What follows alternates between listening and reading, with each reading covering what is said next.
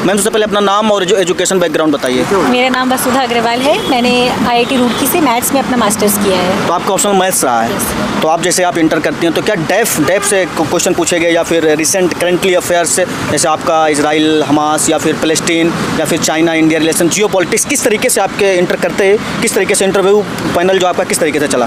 चल एक से मैं कॉल ले सकती हूँ? हाँ ले लो। पॉज कर दीजिएगा। हेलो। तो मैम जैसे हाँ सर, डैब से क्वेश्चंस थे, क्वेश्चंस डैब से भी थे, कुछ क्वेश्चन करंट अफेयर्स के भी थे। बहुत एस्टीम पैनल होता है, उन्हें पता है उन्हें कहाँ से चीज़ें कवर करनी है। कुछ चीज़ें आधार पे भी कुछ सवाल थे, जनरल क्वेश्चंस भी होते हैं, कुछ मेरे नाम से रिलेटेड या मेरी जगह से रिलेटेड भी कुछ सवाल थे। तो आप कहाँ से आती हैं मैम? सर मैं चित्तौड़गढ़ हूँ, राजस्थान। चित्तौड़गढ़ से किस तरीके से आप बता रहे हैं कि आप मेरी जगह से हो, आपके नाम से, तो आपके नाम से किस तरीके से क्वेश्चन और जगह से किस तरीके से क्वेश्चन? मेरा नाम वसुधा है, तो मुझसे पूछा गया था कि वसुधैव कुटुंबकम से आप क्या समझती हैं। G20 का वो जो G20 का लोगो था, वो उन्होंने ये भी पूछा कहाँ यूज़ हुआ था। ये एक उपनिषद से आता है ये फ्रेज़, तो उस उपनिषद का नाम मुझसे पूछा कहाँ से वो उपनिषद है, तो वो चीज़ें पूछी नाम से संबंधित। जो चेयरमैन सर थे उन्होंने पूछा वसुधा आपका नाम है, उसका अर्थ क्या है? मैंने बताया धरती। बोले अच्छा आज की वसुधा को क्या खतरे हैं, उनके बारे में बताइए। तो इस तरह वो एक से एक सवाल, आपके जवाब से उनके अगले सवाल बनेंगे। तो इंटरव्यू पैनल आपका कैसा था? फ्रेंडली था या फिर कोई कॉर्डियल कैसा था? बहुत कॉर्डियल था। हम मॉक इंटरव्यूज़ देते हैं, वहाँ भी बहुत वो सपोर्ट एनकरेज करते हैं हमको, बट एक्चुअल इंटरव्यू ही होता है। वो पैनल बहुत कॉर्डियल था। वो उन्होंने मुझे फील नहीं होने दिया कि ये एक इंटरव्यू चल भी रहा है क्या। दे वर स्माइलिंग इन बिटवीन, वो हंस रहे थे, वो आपस में भी बात कर रहे थे, और मुझे समझ नहीं आ रहा था मैं सही बोल रही हूँ गलत बोल रही हूँ, बोलूँ या नहीं बोलूँ। और तो इतना फ्रेंडली वो रखते हैं कि आपको कुछ सोचने की ज़रूरत ही नहीं है। चित्तौड़गढ़ पे जो आपने बताया कि आपने वसुधा का बताया, G20 से रिलेट किया, चित्तौड़गढ़ को किससे रिलेट किया इंटरव्यू पैनल ने? सर चित्तौड़ पे मुझसे सवाल नहीं आए। मैं बेसिकली झुंझुनू की हूँ, और तो वहाँ से झुंझुनू में से कुछ सवाल आए थे। वहाँ कॉपर की माइनिंग होती है, वहाँ से कुछ सवाल पूछे गए थे। चित्तौड़ पे कोई सवाल नहीं था आज। तो आपका ये कौन सा अटेम्प्ट था मैम? मेरा 4th अटेम्प्ट था सर। और इससे पहले कोई आप प्रीलिम्स मेंस इंटरव्यू कुछ कैसे क्या, या पहला इंटरव्यू कैसे आपका क्या रहा? मैंने 3 मेंस दिए हैं, ये मेरा तीसरा मेंस था और पहला इंटरव्यू था। ओके, तो अभी हम बात करेंगे सीसेट। अभी जो बहुत से जो अभी सिलेक्टेड भी हैं IRS हैं, तो वो भी मतलब सीसेट में फेल हुए हैं। जो मेरे जानने वाले काफ़ी ऐसे हैं जो जामिया से फिर अदर ORN से, तो उन्होंने सीसेट में कहीं ना कहीं फेल हुए हैं। तो क्या आपने किस तरीके से सीसेट को लिया और आप पास किए, इंटरव्यू तक आए? तो सीसेट के लिए आप क्या मैसेज देना चाहेंगे एस्पिरेंट्स को? सर सीसेट में मैं यही बोलूँगी कि आप इस एग्ज़ाम के बाद ये आपको पता चल जाना चाहिए कि सिर्फ मैथ्स या इंग्लिश पे फोकस नहीं करना है, दोनों को साथ लेके चलना है। कोई भी एक आपके नया पार नहीं करवाएगा सीसेट में। अगर आपको मैथ्स में अगर टफ आपको मैथ्स लग रही है, आपको इंग्लिश पे स्विच कर जाना चाहिए था। आगे भी ऐसा होगा, आगे के लिए काम आ सकता है कि पेपर को एज अ होल लेके चलें। उसमें से क्वेश्चन छाटिए मत कि पहले इंग्लिश कर देता हूँ, पहले मैथ्स कर देता हूँ, फिर बाद में इकट्ठे सवाल नहीं समझ आते। बारी बारी से पेपर पैटर्न, बड़ा ही सुंदर पेपर पैटर्न है। वो 4 क्वेश्चन इंग्लिश के देते हैं, 4 मैथ्स के देते हैं। वैसे कीजिए, मैंने वैसे ही किया।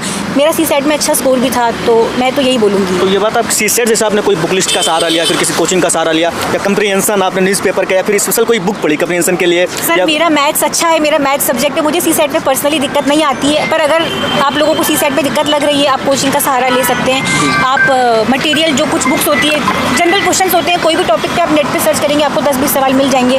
वो सवाल कर लीजिए, आपका अपने कॉन्फिडेंस आ जाएगा। जी, तो यानी आपने सीसेट, मतलब आपका मैथ बैकग्राउंड रहा, इसलिए आपका सीसेट बेहतर है। कंप्रीहेंशन होता ना, कंप्रीहेंशन पे आपने कोई कॉम्प्रीहेंशन भी न्यूज़पेपर की कोई ज़रूरत नहीं है, बेसिक कॉम्प्रीहेंशन होता है उसमें। न्यूज़पेपर से आप डेली पढ़ते ही हैं, वी एज एस्पिरेंट्स हम कोई ना कोई न्यूज़पेपर डेली बेसिस पे कवर करते ही हैं। वहाँ से आपकी वोकैब अच्छी हो ही जाती है, अलग से किसी को रेफ़र करने की ज़रूरत नहीं है। वो ऑटोमेटिकली आपको पता नहीं चलता, पर ओवर द टाइम आपका अच्छा हो जाता है सीसेट। तो आई डोंट थिंक कोई इशू है। एक बुक की बात हम करते हैं कि NCERT, क्या आपके जीवन में NCERT आपने स्टार्ट कहाँ से की? 6 to 12 या फिर 9 to 12 या फिर 11-12? आपने NCERT कहाँ से पढ़ी? आपके NCERT के लिए आपका क्या राय होगी बिगिनर्स के लिए, या फिर जो दे रहे हैं अटेम्प्ट? सर NCERT तो बेसिक बुक है ही, उसको तो हम अवॉइड नहीं कर सकते बिल्कुल भी। NCERT से आपकी कॉन्सेप्चुअल क्लैरिटी अच्छी होती है। आपको पर्सनल लेवल पे जहाँ से लगता है, अगर आपको लग रहा है आपका हिस्ट्री बहुत कमज़ोर है, तो हिस्ट्री को आप 6ठी-7वीं क्लास से पढ़ सकते हैं। अगर आपको लगता है आपका हिस्ट्री पकड़ में है, तो आप 10th से भी कर सकते हैं। बेसिकली 11-12 की बुक्स तो करनी ही होती है।